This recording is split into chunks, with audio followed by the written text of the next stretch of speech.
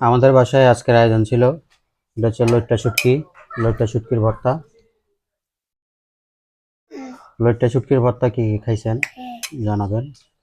তো আজকে শুরু করব লইট্টা শুটকির ভর্তা দিয়ে।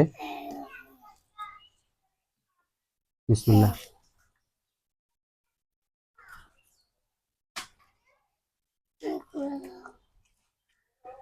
একেবারে এগুলা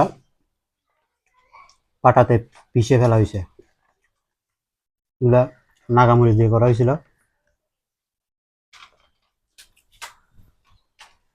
যদি লইট্টা শুটকির ভর্তার রেসিপি প্রয়োজন হয় কারো, অবশ্যই জানাবেন, পরবর্তীতে রেসিপি সহ দিয়ে দেওয়া হবে।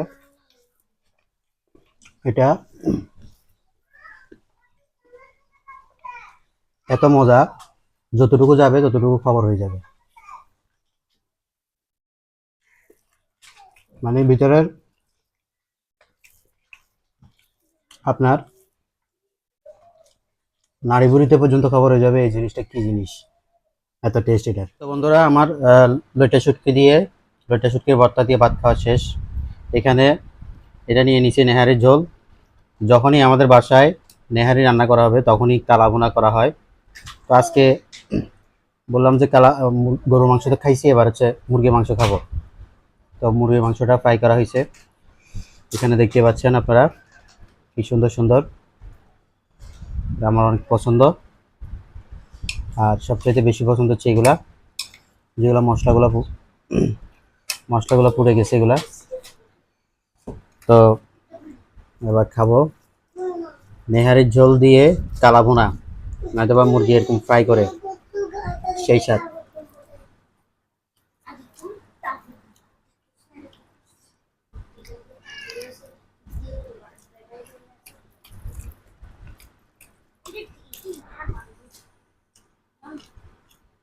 আমাদের বাসায় প্রায় সময় বিকেলের নাস্তাতে এরকম চিকেন ফ্রাই থাকে, এটা বাচ্চাদের খুবই পছন্দ, পাশাপাশি আমারও।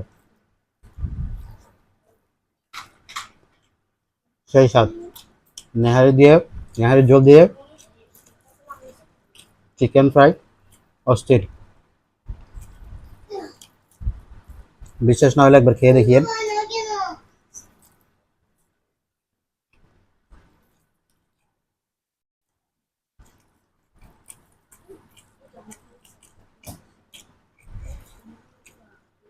তো বন্ধুরা, আমি খাওয়া শেষ করি। ভিডিওটা ভালো লাগলে লাইক কমেন্ট শেয়ার করে পাশে থাকবেন। সবার জন্য শুভকামনা রইল। আল্লাহ হাফেজ, আসসালামু আলাইকুম।